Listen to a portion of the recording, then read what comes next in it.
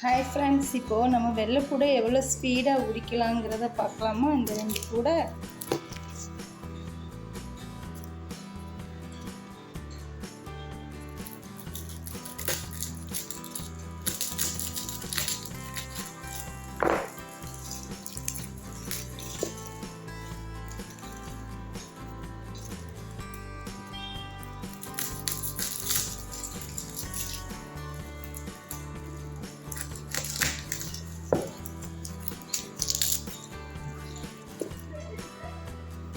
Cut பண்ணியாச்சு.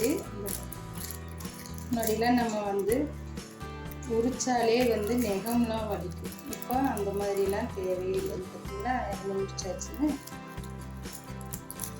ரொம்ப ஈஸியாக வந்துடும். இந்த மாதிரி நீங்கள் உரிச்சு பாருங்கள். நல்லா அப்படி அழகாக வந்துடும்.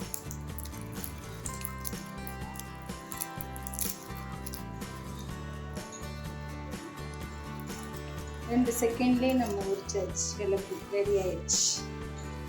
இப்போ ஈஸியாக இவ்வளோ உரிச்சாச்சு பார்த்தீங்களா?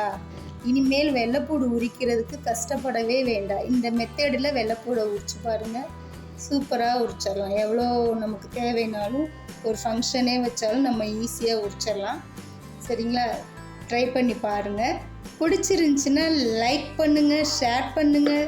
முக்கியமாக சப்ஸ்கிரைப் பண்ணாதவங்க சப்ஸ்கிரைப் பண்ணுங்கள். Bye.